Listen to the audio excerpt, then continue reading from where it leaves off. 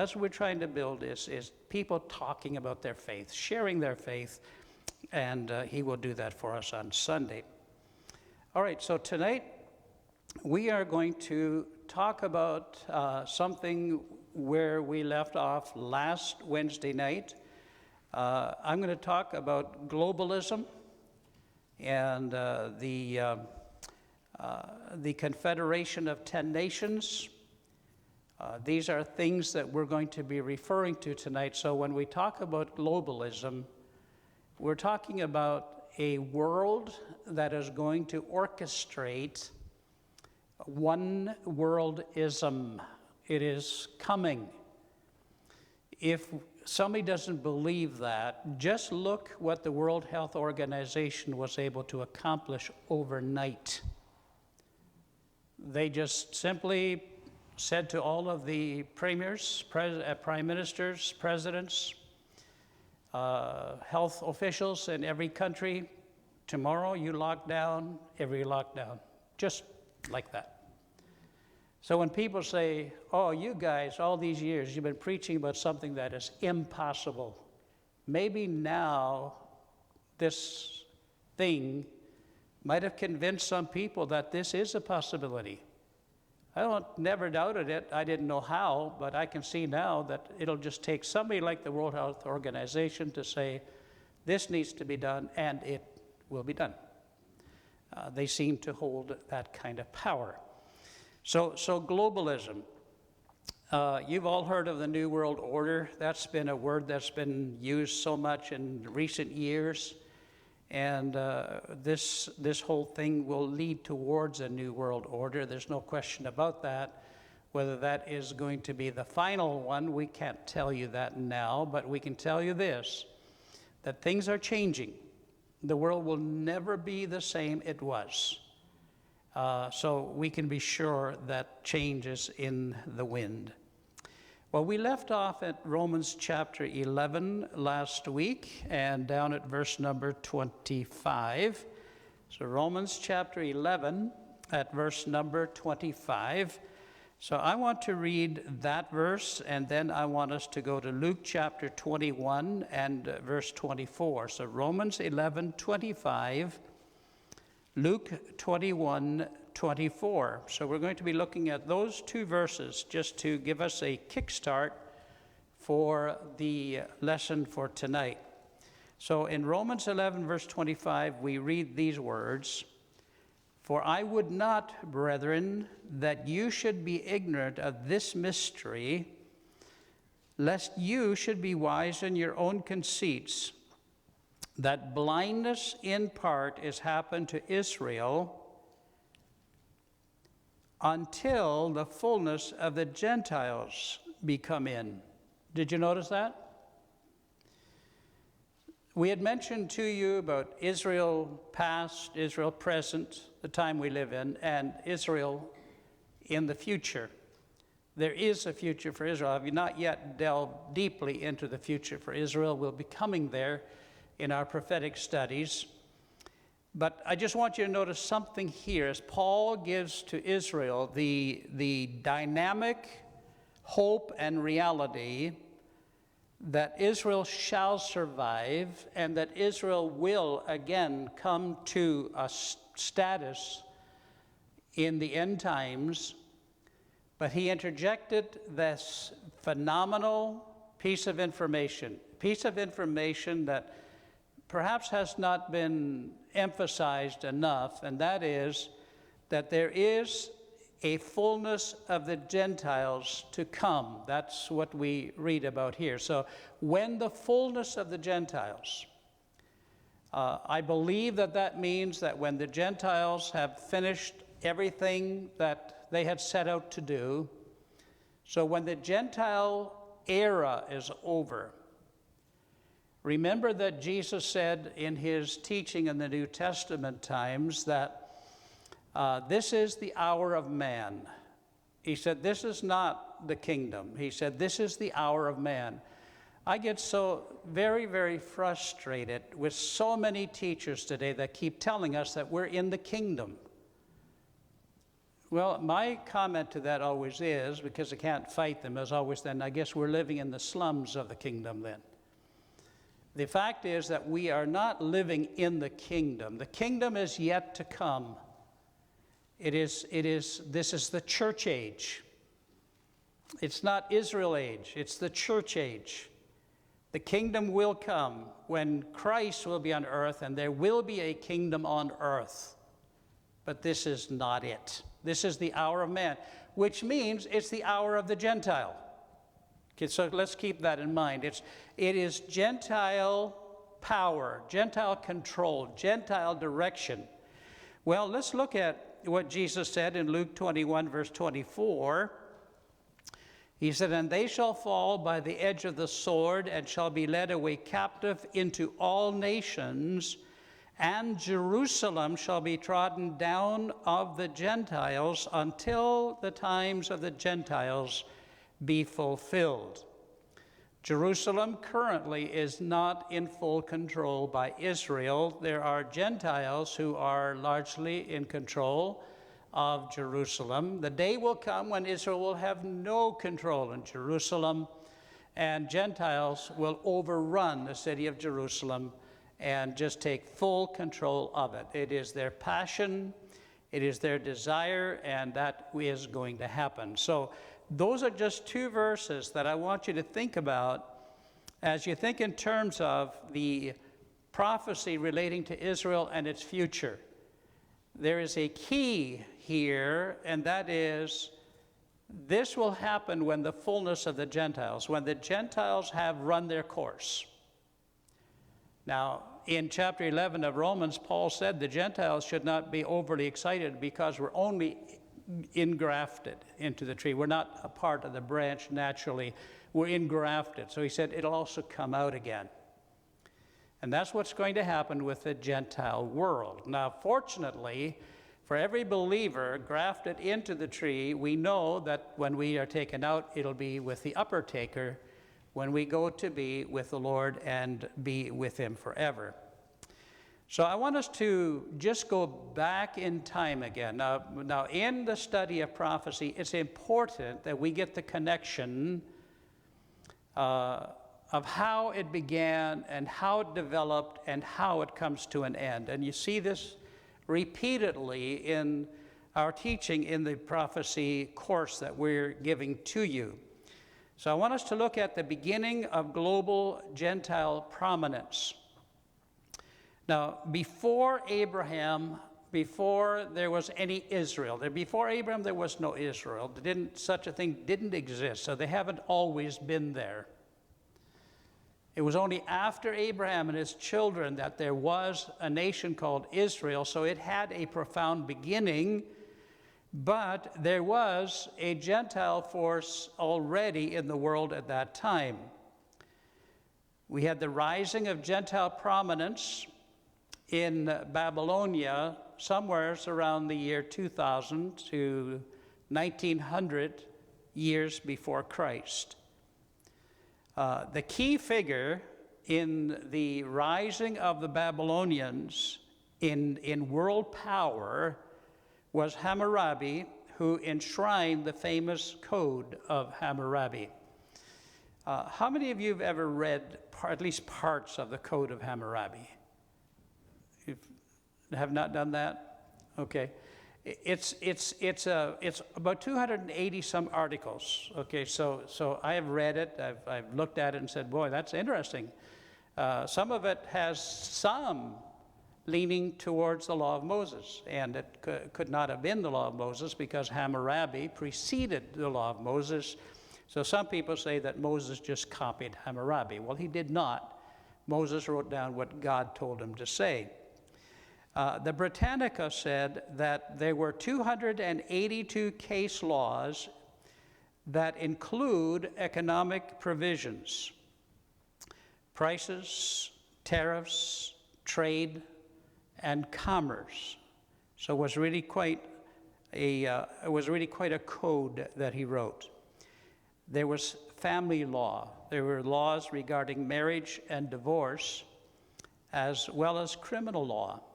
So when there was assault or when there was theft, Judgment was meted out according to the Code of Hammurabi, and there was civil law.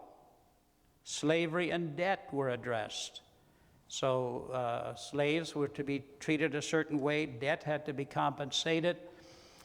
So before there was the law of Moses and before there was the nation of Israel, the Gentiles had already codified the way that they would live by laws and by certain interesting developments there.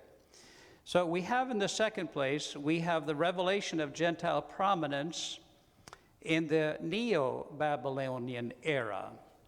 So I guess if you go back to 626 BC, you might have heard something like, there's a reset coming. There's a new world order coming. The world will not be the same as it was before. Things are going to change. These things have happened in cycles down through the history of humanity. So when I say that there's a reset that is happening and a new world order that is coming and the world will not be the same, it's only based on cyclical evidence that these things happen. Things will not always be what we're used to. Things will not always be the same. And so if you think of the Babylonian era, they were pretty much overcome by the Assyrians. But with the rising of the Neo-Babylonian era, they became more and more powerful than they ever had been before. And it's the Neo-Babylonian era that you see in the scriptures. You don't see much of anything from the old Babylonian system, except that Assyrians were fighting with other countries and all that kind of stuff. So you have Shalmaneser, Tiglath-Pileser, all these guys, kings of Assyria that were battling. They'd also come into Israel and try to capture Israel as well. But when you deal with the matter, the city of Babylon, the place of Babylon, the country of Babylon, that is the Neo-Babylonian era, and it started in 626. Didn't last a long time. So you have this, and it came to be the world power in its own time, but it was short-lived. In 539 BC, they tumbled to the Persians and to the Medes. So when it comes to the understanding of the Neo-Babylonian era, you have this handsome guy that you see on the screen. Well, I have used him before, and you've seen him before. This is Nebuchadnezzar's dream. Do you remember that in Daniel chapter 2, Nebuchadnezzar had said to all of his wise men, I want you to tell me what I dreamt. And the story is familiar to all of us. Tell me the dream, and if you can't tell me the dream, I'm just going to simply put you into the fiery furnace or slice your head off, whatever comes easiest. They were really nice guys back in those days. So of course, the wise men said, "O king, tell us what you dreamt. We'll tell you what it means." He said, "Sure, you can invent a meaning, but if you can tell me what the dream is, then I'll know that you know what the meaning is." Well, they said, there's no one in the world that can do that. And that's when Daniel rises to the occasion. There's maybe no one in the world that can do that, but there is a God who can make mysteries known. God can reveal things that are not known to man. And so Daniel starts to unravel for Nebuchadnezzar what the situation would be. So Daniel says to him, Nebuchadnezzar, you are the first in line for Gentile prominence. He didn't use those words, but that's what we see, because Babylon, Neo-Babylon, was in fact a Gentile nation. It was not an Israeli nation. If it was not Israeli, it has to be Gentile. Has to be what they call the Goyim. So first of all, Nebuchadnezzar, you are the head of gold, Daniel 2. He said, there is coming a nation mightier than the Babylonians, which no one could imagine, the Medes and the Persians, and they would come in 539, and they would take control, and they would rule for just about 200 years, and they would fall to another nation, the nation of Greece. If you think of Greece today, Greece has been in economic disaster now for years. They've been at the bankruptcy point. They've been bailed out over and again. Greece is not doing well. They've pretty much gone into a demise and probably a no return, because there isn't anything that would indicate that they would ever rise to power again. There's nothing saying that the Medes and the Persians will rise to power, except that they will be a part of a coalition of nations. The coalition of nations is found in Ezekiel chapters 36 to 39. So Medes and Persians will be a part of that. So they will rise to power, but not on their own. They will have had their power. Then you have the Grecians, and that divided up into 4 sections when Alexander the Great died. And then in the year 168 BC, the Romans came into power. Who would have known? So remember how this works. You have the Neo-Babylonians, they become the world power, so they are not to be messed with. Then you have the Medes and the Persians. They become the world power, not to be messed with. Then come the Grecians. They become the world power. Alexander conquered so much of the world. I mean, he had little Alexandrias all over the world, because whatever he would conquer, he would make sure he'd rename one of the cities after his own name. So they came to a close when the Romans took over. And what I want you to simply notice here is that Rome from 168 BC, and I have put no ending, like I've just simply put down there, that Rome will be until the second coming of Christ. Now, one thing we have to understand, and that is that Rome was the world power at that time, from 168 till about 400 AD. They lost that world status. They lost that world power, but they have not died. They're not extinct. Who's running the Vatican? There are Roman people there. Who's in Italy? Roman people. So the place has not died. It's still there. It will come back to life. Now, I want us to get this. In recent times, there's been a new teaching that I had never heard of until maybe 5 or 6 years ago, and that was that the Antichrist who is to come will be an Assyrian. Well, that doesn't compute biblically. You know, you can argue various things and be very convincing, but it doesn't compute biblically. The only way that you can be consistent in your biblical interpretation is that out of the Roman system, the Antichrist will come.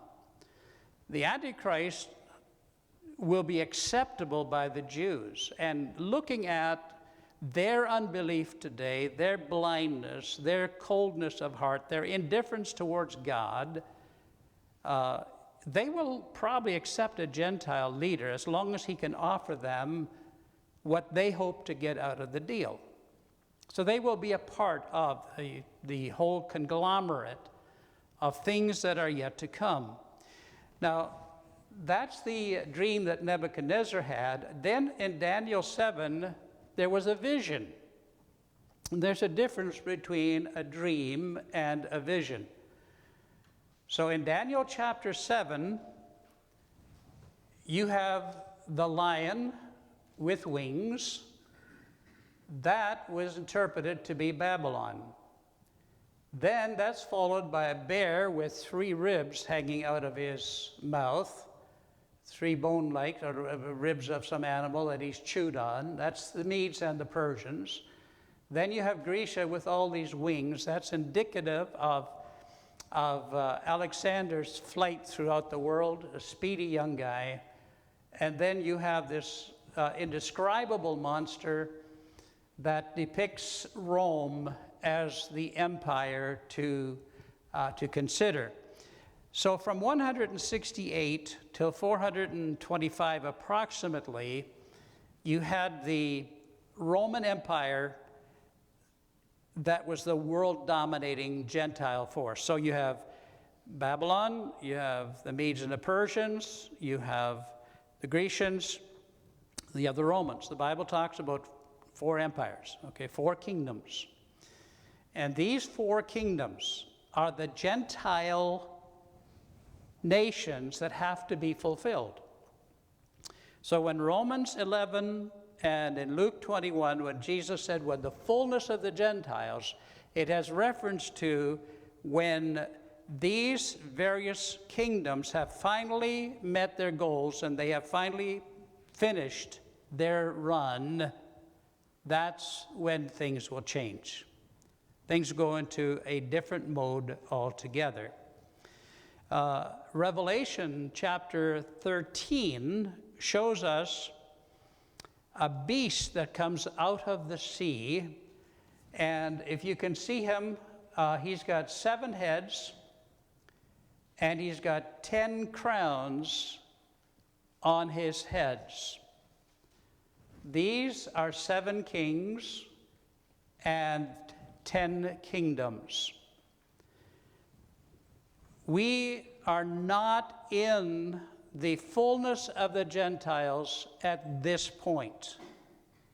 The Gentiles have not run their course completely.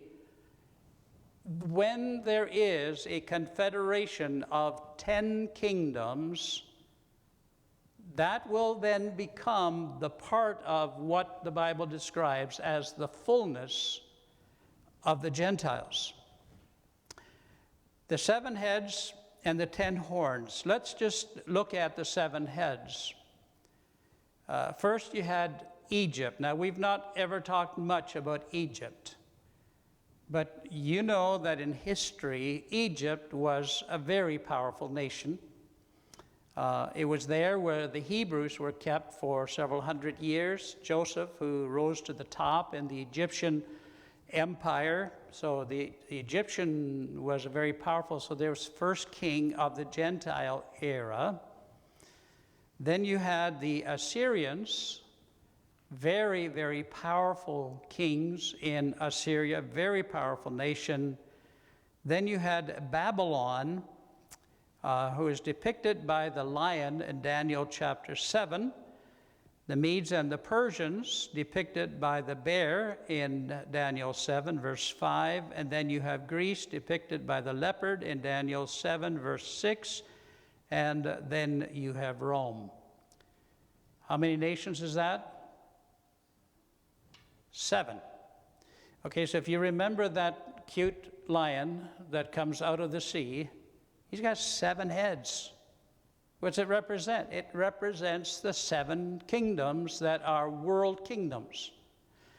We didn't mention much the earlier ones because we don't want to take up too much time to go into ancient history, but they were a force to be reckoned with. So King 1, King 2, all the way through to King 7, and coming out of these 7 heads is a 10 confederation of nations. So it all connects together. It's not disjointed. It just flows from one thing to the other, until finally there will be a fullness of what the intent and what the direction of the Gentile government will be. So the 7th one is the future revived Roman Empire. I studied this in Bible college back in the 1967 to 69, 1970 era. And I was intrigued by it, and I studied that. And over the years, I've heard challenges to that. I've heard people say that it cannot be, and people just say that'll never happen. I don't think there are people right now would argue that much that it couldn't happen. So the Roman Empire will come back to power. It never ended. You see, Babylon ended. The Medes and the Persians, they ended. The Grecians, they ended. So the fullness of these were, in fact, fulfilled. Their purpose had been served in the overall era and ages of the world. But not so with Rome. Rome continues. And Rome is a force to be reckoned with, only to realize that it will wake up. It is not awake now. You would not hear presidents or world leaders talk any much about Rome as being a big threat. They don't have nuclear devices aimed at Rome. They don't do that because they don't think it's any kind of a threat. Well, they didn't used to with China either, but they've all of a sudden realized that China woke up. And now they realize that they've got a really big thing in their hands. Although China is not specifically mentioned in prophecy, maybe their armies are. So indirectly, their armies will come across the Euphrates River. Kings of the East will be motivated to come, and there will be many, many multiplied millions of soldiers and fighters and warriors. They'll cross the Euphrates River and come into the promised land and come into the valley of Megiddo to battle there.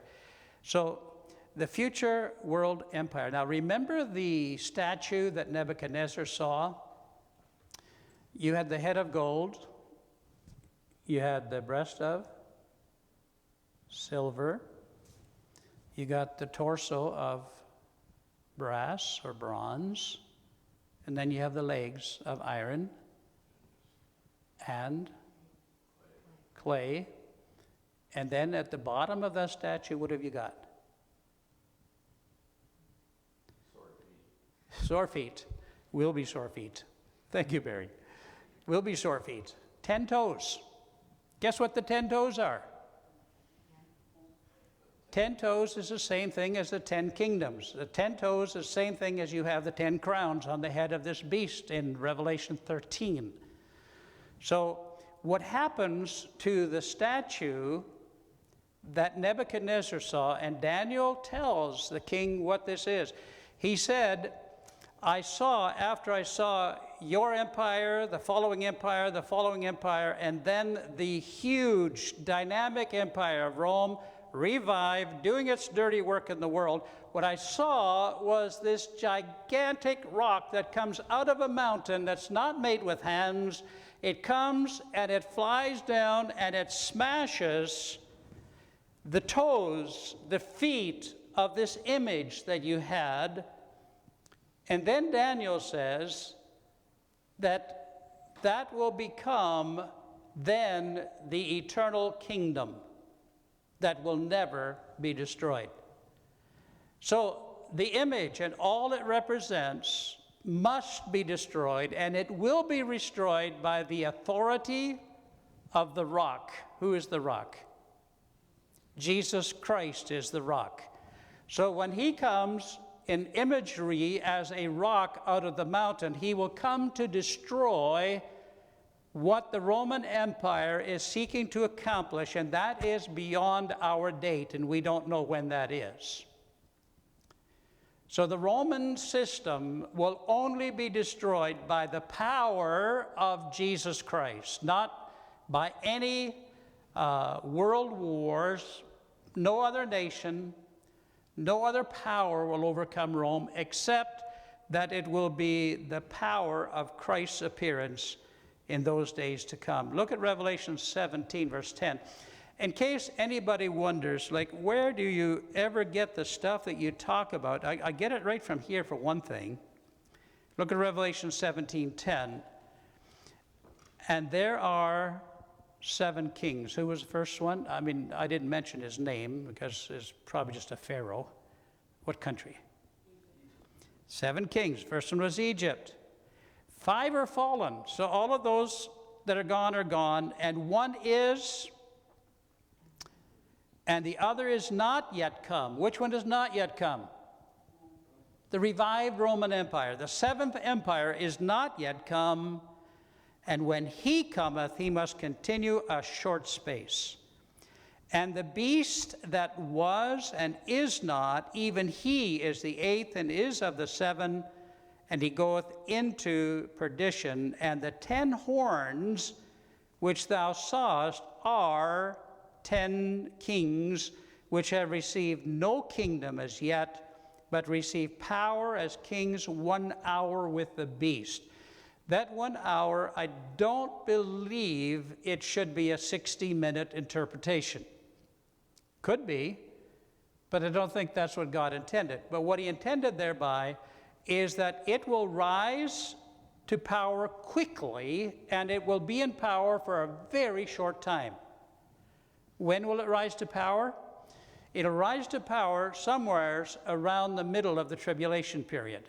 All right, so 3.5 years into the tribulation, it'll be there for a period of time into the demonstration of the wrath of God in the last part of the tribulation, and it will be smashed to smithereens. So it's maybe 3 years.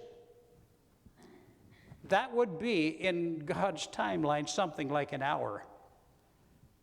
Not everything in the Bible is to be taken at face value. Sometimes you have to take into consideration what is it that the author meant to say by this. And so it would have been a very quick turnaround. We couldn't even begin to guess. Now, there are something like 25 nations that are part of the European Union. And some people say that the European Union is this confederation. No, it cannot be unless 15 of them are removed so that you have only 10. Is my math right? Anyway, you have to have only 10, and that's how it's going to be. So we don't know who they are at this point. We do know that when the Antichrist comes on the scene and he has an agreement with Israel and the Gentile nations, that he will then ultimately have the 10 confederate nations. That's in the future. These have not yet received a kingdom, John said. They are not now in control or power. That is not the case. They may be, their leaders may very well be alive today. They could very well be grown men by now. The Antichrist could very well be a grown man by now. It's very, very possible. We can't say that it's absolute. We can't say it is not. We can say that the possibility is there because everything lines up for the rapture, for the tribulation, for the coming of these confederate nations. So when is the fullness of the Gentiles?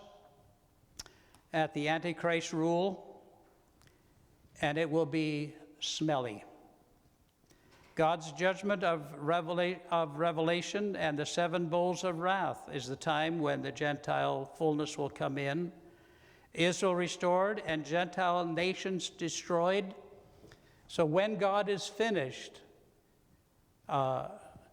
throwing these 7 bowls, these 7 vials of his anger, his wrath, remember that the wars in the time to come are in the first half of the tribulation period. The last half of the tribulation period will be the wrath of God upon the unbelieving Israel nation, the unbelieving Gentile nation. So God is showing himself to be God. And that this nonsense that the world promotes as genius will one day be completely obliterated. And those who today defy God, those that today argue against God, those who today reject the Scripture, reject Christ, they will come and give an account, but they will be considered to be the goat nations that will be said, "Depart from me into everlasting fire where the beast and the false prophet are," and they will meet their ultimate demise. So that is what happens with the fullness of the Gentiles. When that happens, then Israel will be resurrected in a sense that they will be called out from the various nations of the world. That's where the 10 kingdoms of the north will be discovered. We don't know where they are. We won't know until then, but they will come together so that all 12 of the tribes will then be revived. and they will be made whole. They are the sheep nations. They will enter into the earthly kingdom of Christ.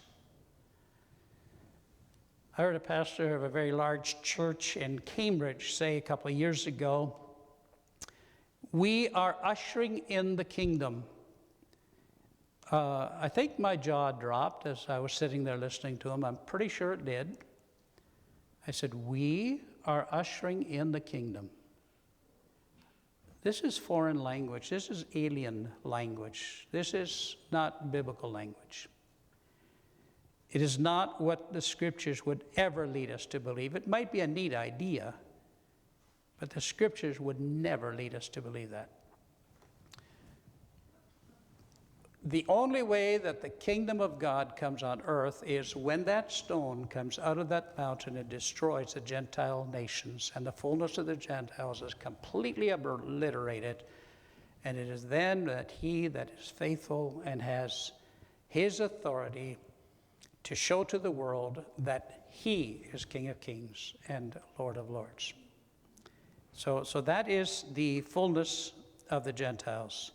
Israel then will be in blessing, and that becomes the end of world history. The kingdom of God on earth is not world history in the sense that there's no Gentile influence in the kingdom. Nothing of Egypt, nothing of Assyria, nothing of Babylon, nothing of Persia, nothing of any of these nations will have anything to do with any organization in the kingdom. The kingdom will be orchestrated, organized, controlled by King Jesus. You know what, folks? Just thinking about this, just as I was preparing, trying to get my thoughts together for tonight, I'm just thinking, we are living in the best time ever. Forget all the mess that's out there. Forget all of the humdrum and forget all of the ridiculous things that are happening out there. We're in the best time because we are moving towards the kingdom of God at breakneck speed. It's going quick. Perhaps today it'll begin in a glorious way when he says, okay, my church, come on up, because we've got other things to do now. Well, that's coming soon. And we will continue our trek through the prophetic word to try to understand more. And I'm going to try to give you some more information. I want to show you next Wednesday night, we want to talk about how God, at the very initial stages of the tribulation period, he has not gathered Israel at that time, but at the very beginning, he chooses 12,000 young men from every tribe. Only God can do that. So probably out of Canada, there will be several that are going to say, hey, I'm called of God to go and to be his witness. And some out of the US, and some of the South America, and some of Russia, and some of maybe in China, and some in Africa. Hey, God told me to. He'll pull them out from all over the place. Well, I don't want to give it all away. Got to leave a little drama for next Wednesday night. I'm excited about it, but I just want you to take a brand new look at what these 144,000 are really all about, and this is a part of the future of Israel. Well, we're going to cut that off. Thank you for those who have tuned in to the online service tonight. I hope it's a blessing to you. Please feel free to contact us if you have any questions. You might even have